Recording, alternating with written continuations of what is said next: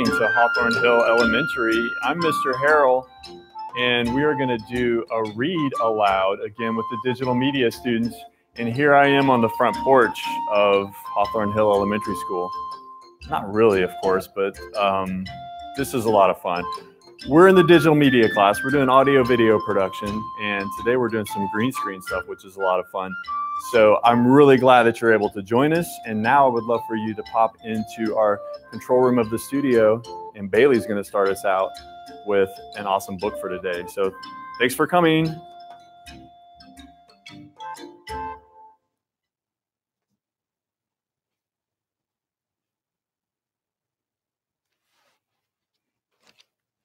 Hi, I'm Bailey. My friends and I are going to be reading She Persisted Around the World, 13 Women Who Changed History by Chelsea Clinton.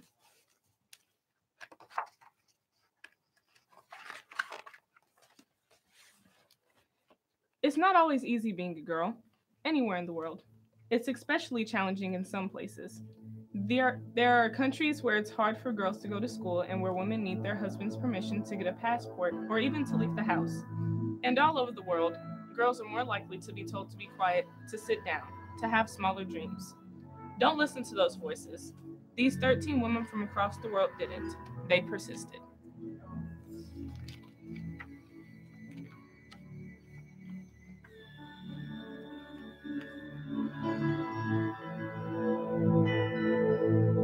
At the time, Sor Juana Inés de la Cruz was growing up in Mexico. Most girls did not go to school. After reading and studying on her own, Juana Inés asked her family if she could disguise herself as a boy so she could go to university. They said no. She persisted, finding tutors who didn't mind teaching a girl, and then became a nun in part so that she could focus on her studies and her writing.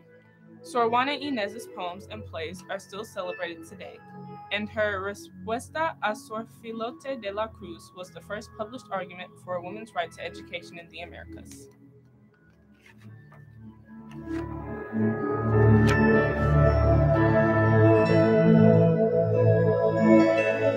Although Caroline Herschel's mother didn't think girls should be educated, her father taught her alongside her brothers.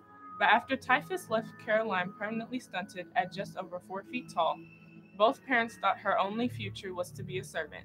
She persisted, leaving her native Germany to live in England with her brother William, who supported her efforts to further educate herself, including in math and astronomy.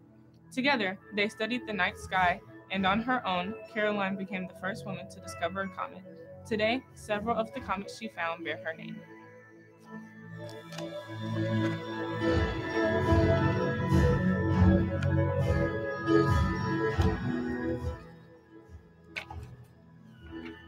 When Kate Shepherd began traveling throughout New Zealand, saying that women deserved voting rights, many men believed that women should avoid meddling in masculine concerns. When Kate first tried to get Parliament to give women the right to vote, they didn't listen, even though she brought them many petitions that thousands of women had signed. Still, she persisted, and in 1893, New Zealand became the first country to grant all women, including indigenous Maori women, the right to vote.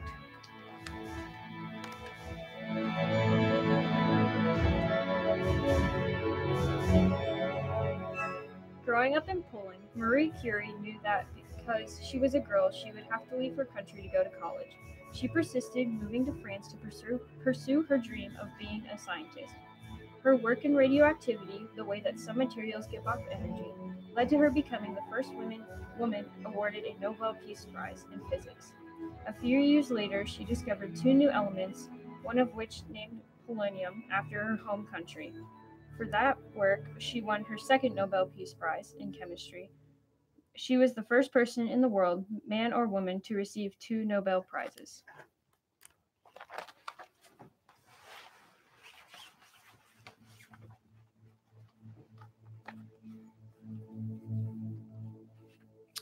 When Viola Desmond was on a business trip, her car broke down, so she decided to go to the movies while she waited for it to be fixed. But Viola didn't know that in the town she was visiting, only white Canadians were allowed to sit on the movie theater's main floor. When Viola was asked to leave, she persisted, in saying that it was her right to sit wherever she wanted. Viola was arrested and spent the night in jail. Her decision to fight the charges against her helped start the modern civil rights movement in Canada.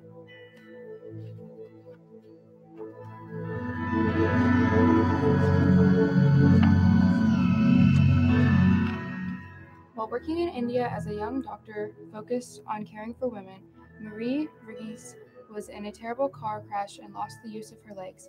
Rather than quit medicine, she persisted and shifted her work to the kind of care she could give patients from her wheelchair.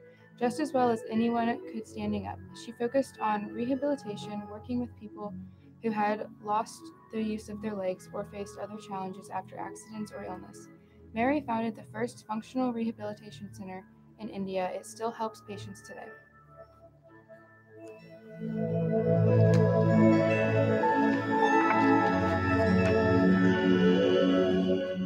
After going to law school, Aisha Ratib hoped to become a judge in Egypt. But then the prime minister told Aisha that she couldn't because a female judge would be against the traditions of society. She persisted in doing important legal work, helping to write a new constitution for Egypt, crafting new rules to protect women and people with disabilities, and serving as Egypt's first female ambassador. More than 50 years after Aisha was told no, the first woman was appointed to Egypt's highest court, thanks, in part, to Aisha.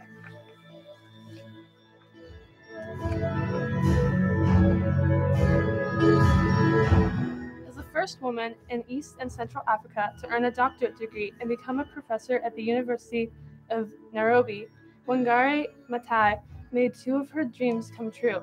Still, she wanted to do more. Horrified by how many trees had been cut down across Kenya, Wangari started to plant trees. She persisted in getting family, friends, students, and even strangers to help plant more trees and to respect the environment. She also worked hard to protect and defend the rights of everyone in Kenya. Wangari was the first African woman awarded the Nobel Peace Prize. Her legacy includes the more than 50 million trees her Green Belt movement has planted.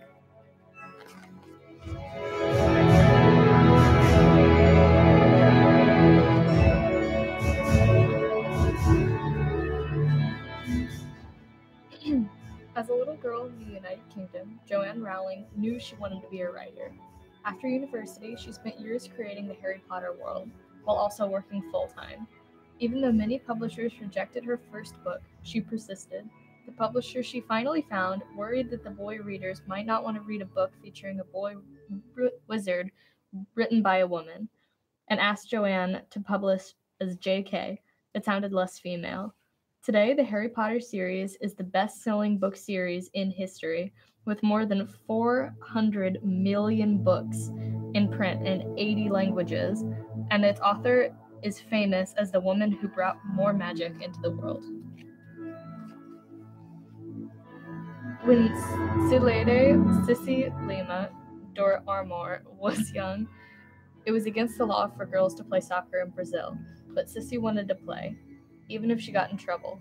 So she persisted, first in secret, turning other toys into soccer balls and practicing whenever she could. Eventually, Sissi's parents got her a soccer ball.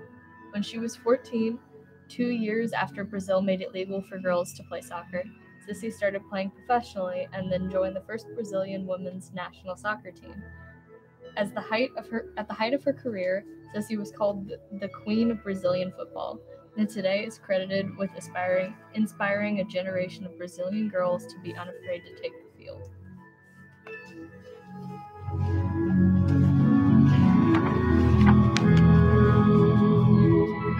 Civil war erupted in Liberia when Lema Gabawi had just finished high school. Living through the war inspired Lema to become a trauma counselor to help other children affected by conflict. When civil war broke out again years later, Lema knew she didn't want to simply live through it this time or help the victims afterward. She wanted to help end it. She persisted, bringing together thousands of Liberian Christian and Muslim women to peacefully protest the violence. Their efforts helped end the war and led to safe, free elections in which Liberia elected its first woman president. For her work, Lema was awarded a Nobel Peace Prize.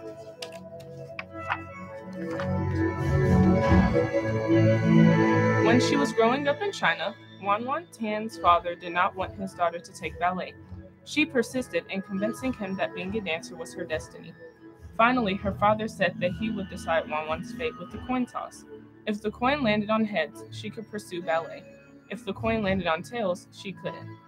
Wan won the coin toss. She went on to become among the most famous Chinese ballerinas of all time, winning many awards, dancing around the world, and becoming the youngest principal dancer ever at the San Francisco Ballet, where she still performs today.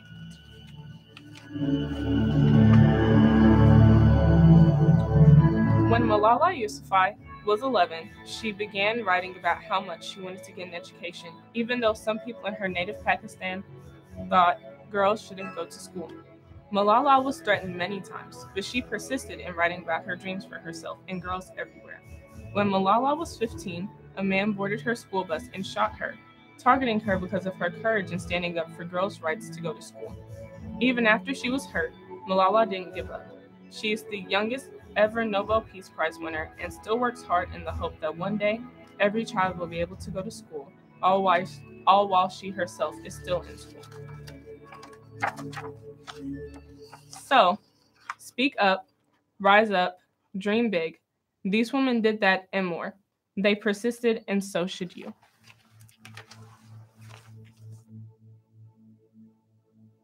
And thank you so much for joining us. Another read aloud with the Summit Tech students. I really appreciate it. We've had a lot of fun. I wonder if I'm in focus here. Take just a second. I'd like to say thank you to Natalia